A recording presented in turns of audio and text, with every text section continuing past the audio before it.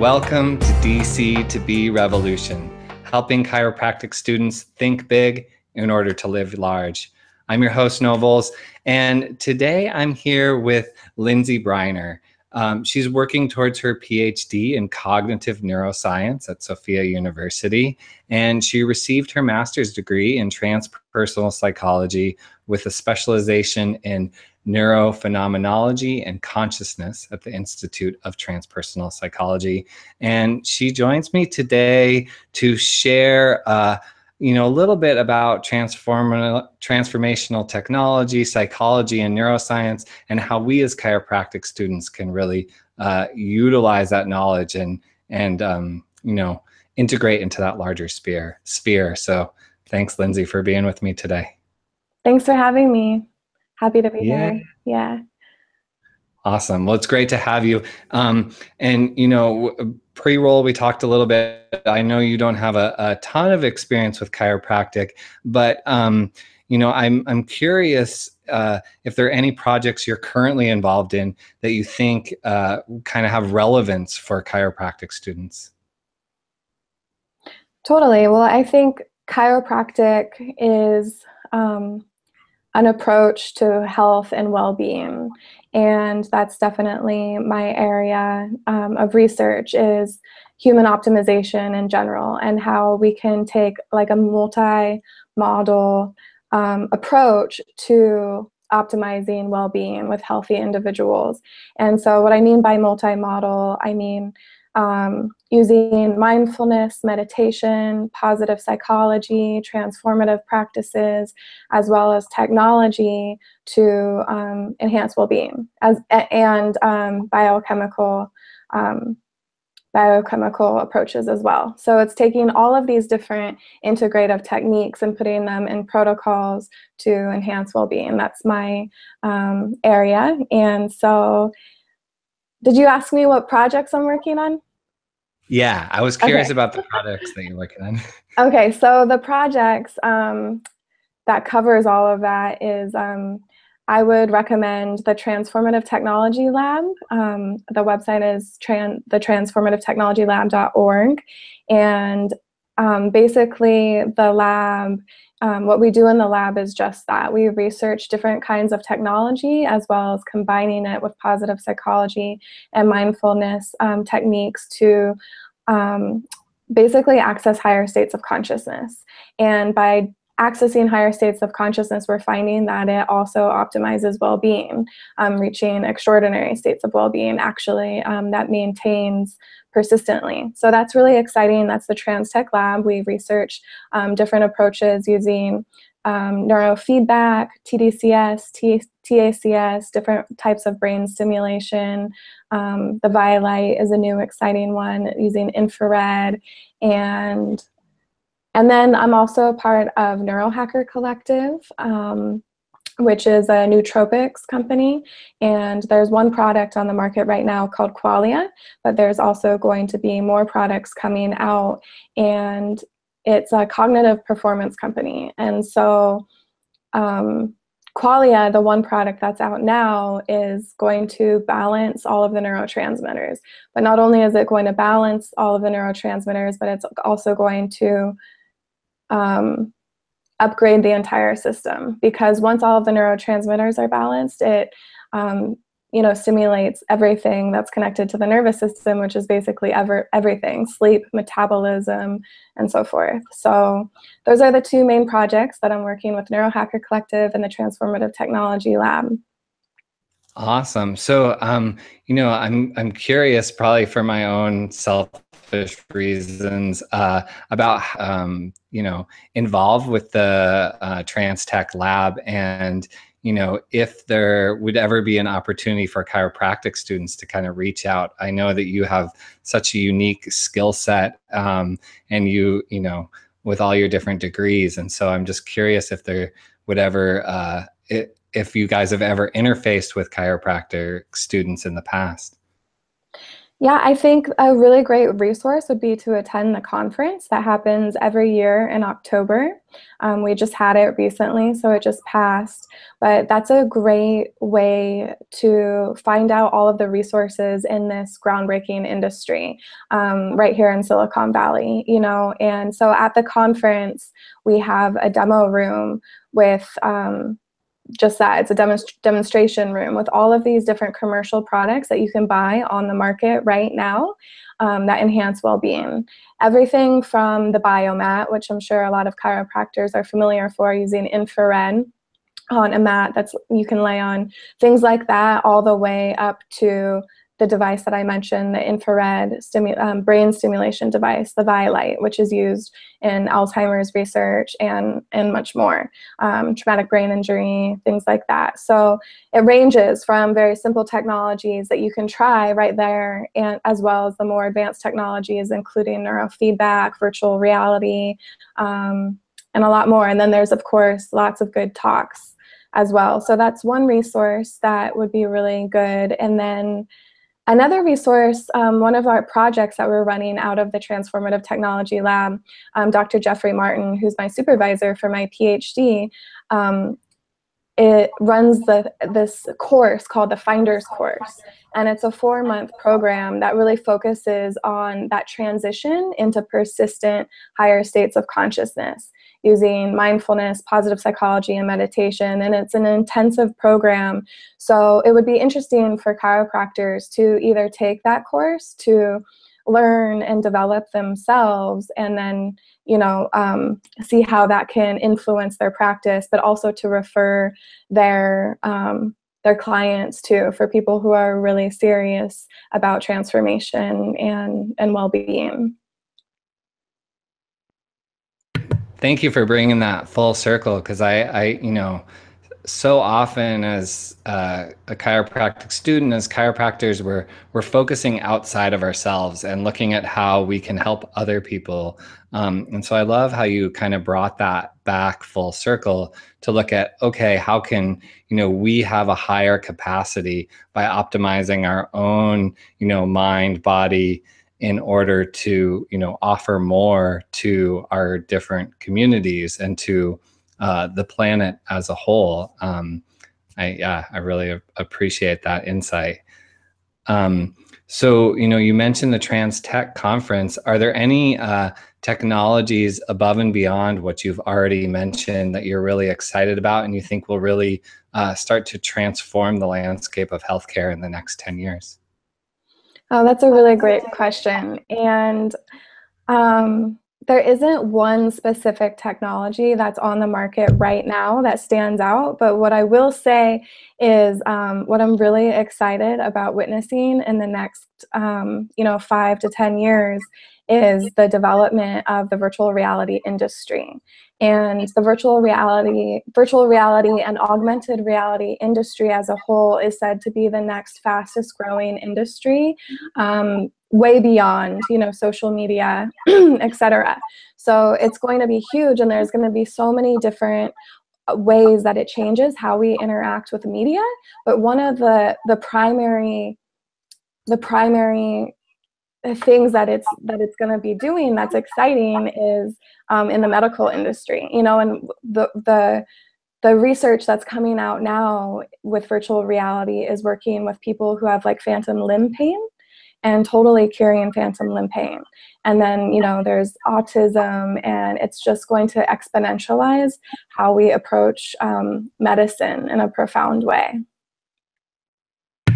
Yeah, I mean, that's super exciting to me because I've studied some chiropractic neurology, which really focuses on autism and limb pain. And, we use vestibular rehab and ocular reflexes in order to augment the plasticity in the brain in order to work with those conditions. So really exciting that there's other modalities out there that are also kind of bridging that new ground and, facilitating cures to things that previously were thought to be uncurable, or, there wasn't any good viable options available for people. So that's really exciting.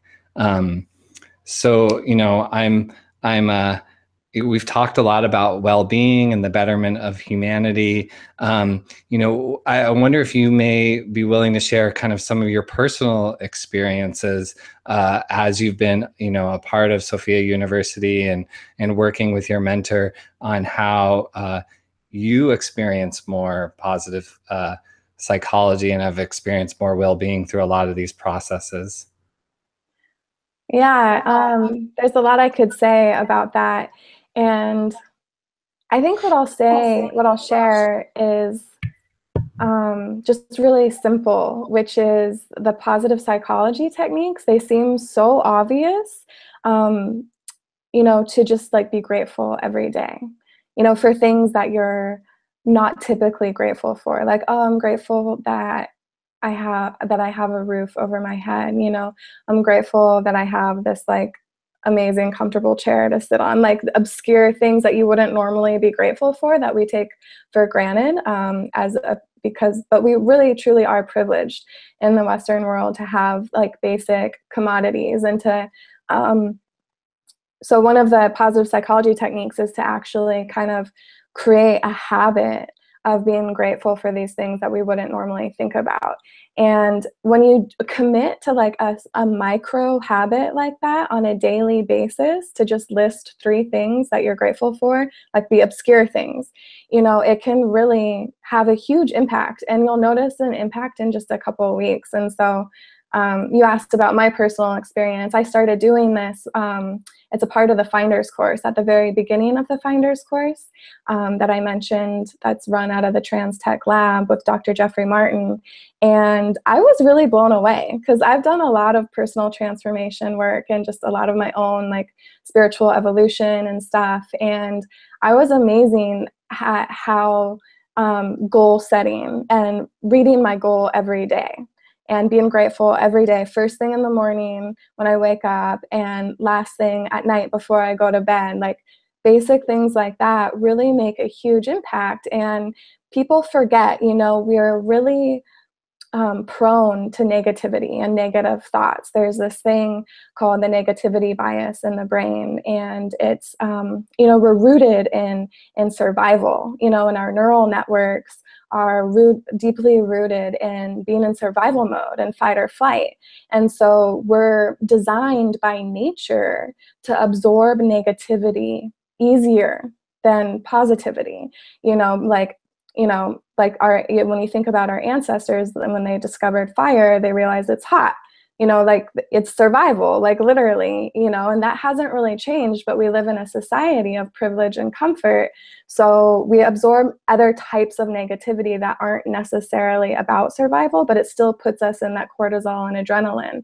So, and because those are such deep-rooted neural networks, it takes more effort to kind of snap out of it, and people don't realize that you have to put extra effort and dedication and discipline into creating the healthy habits in our thoughts with positive thinking. And even doing something really basic and simple can be kind of mind-blowing, because it starts to atrophy those negative habits of those negative thinking and how we're affected by other people's negativity. So I was kind of resistant, because I'm like, oh, I've done so much of this, like I don't really need to do this, like whatever, but then I started doing it, and I was like really shocked at how helpful it was, and kind of it like enhanced my own self-awareness for like realizing how negative I was just in my own day-to-day thoughts. And I didn't even realize it until I snapped out of it. Yeah, I mean, I also do a gratitude practice. I don't do it first thing in the morning. I do it before every meal. And, recently we live in a similar area. We both live in the Bay Area. And we recently had the fires, and I just had this realization. I was like, wow, I could be grateful for clean air every day, or air I can breathe. There's so much to be grateful for. And like you said, like most people, I think I get stuck in that pattern of negativity. And so, it's such a helpful reminder that it really is simple, that the interventions are really simple. You know, we talk about virtual reality and infrared lights and all of these other amazing things that can be utilized. But a lot of the interventions are simple. Yeah. And so I wonder if there's any interventions in terms of consciousness, because I know you've studied consciousness a lot and we've talked about technology and positive psychology, but are there any simple tools that you use in terms of consciousness and expanding your consciousness and becoming more conscious in general? Yeah, that's another great question. There's, the first thing that comes to mind is something that I did today. I just moved into a new place, and we have hiking trails all around us. And that's one thing that I really, really love to do, to shift, kind of do a state change or shift my state of consciousness, is to go out in nature and to hike and be in the trees and, off of the road and away from cars and stuff, and just being in nature and connecting to the elements is something really simple that works really well for me. So, a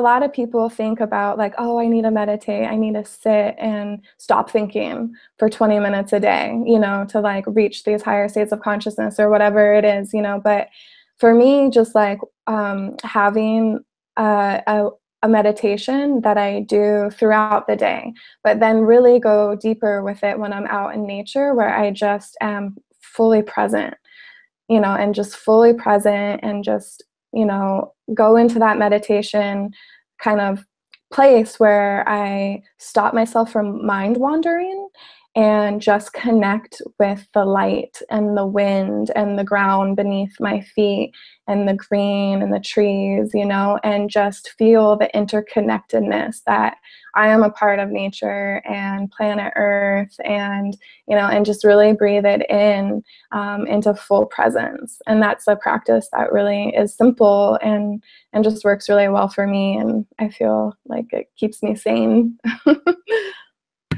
Yeah, I completely resonate with that. I was in Nepal for a long time, and I did a trek for 21 days in Nepal, and it was the best I ever felt in my life. And I think a lot of that was just spending 10 hours a day walking the trails through the Himalayas. There's something really profound about that deep communion with nature. And when you're kind of doing the same thing day after day, it's really easy to get into that somatic awareness, where you're just kind of relating and experiencing whatever comes up, instead of kind of getting lost in all the different to-dos that may be running through your head. Yeah. So, Thanks for sharing that, because it's actually, I did that. I did a hike in Nepal for 3 weeks. That was actually like one of the most profound experiences of my life. I did it after a 10-day silent Vipassana meditation retreat, and then immediately went into the Himalayas, and it was just, mind-blowing. yeah, I mean, my experience was life-changing. It totally shifted the whole trajectory of my life after that experience. It was remarkable. So Beautiful. cool that we had that in common. So we're kind of at the end of our time today. You already mentioned the Chance Tech Lab. You mentioned Neurohacker Collective and Qualia. Are there other, resources that you would recommend for chiropractic students? I don't want to give people too much, but I want to give an opportunity if there's anything else that you wanted to add. Yeah, I would just say, I think maybe not a resource, but just kind of like a disclaimer. Because these technologies, like the wearable devices and the neurofeedback and neural optimization and neurotech in general, is becoming very trendy, which is exciting. And so I would just tell chiropractors, like, to go to the conference, try the devices yourself, you know, do the Finders course, experiment with yourself to enhance your own well-being. And I think that's the most valuable thing with these types of things. But really, before you try to implement those types of protocols or technologies with your clients, like, just be careful, because there's still a lot of mystery around them. And so it's there, more research needs to be done, I guess is what I'm saying, for how they're being used, especially with people who have serious diseases or disabilities or injuries or something. So I think unless you find a technology that really works for you and really takes you to an incredible transformation, you know, become an expert in that before you bring it to your clients, I would say, and really do your due diligence before bringing it into your practice, because it's like the cool thing to do, you know? Yeah. Yeah, thank you for that reminder. You know, a lot of what we talked about were very simple interventions that can work for, you know, pretty much anybody. But like you mentioned, it's really important to make evidence-based, data-driven decisions whenever we have that opportunity. And of course, you know, if you've experienced it and you've become an expert in it and you really understand your own experience and what it's doing, you know, from a scientific perspective, that's the best way to then, you know, offer that to other people. And that's why I'm so grateful that you came on the show today, because I feel like you've done a lot of that work. You've really dived deep into all of these different modalities and technologies. And so that I'm really appreciative that you were willing to share your knowledge with chiropractic students. Thank you. Thank you for having me. Yeah, my pleasure. So this has been a production of DC2B Revolution. Students think big in order to live large. Please consider subscribing to the channel, like this video, and leave some comments in the comment section below. And Lindsay or I will get in touch with you and provide the information that you need. And so thanks once again for being here.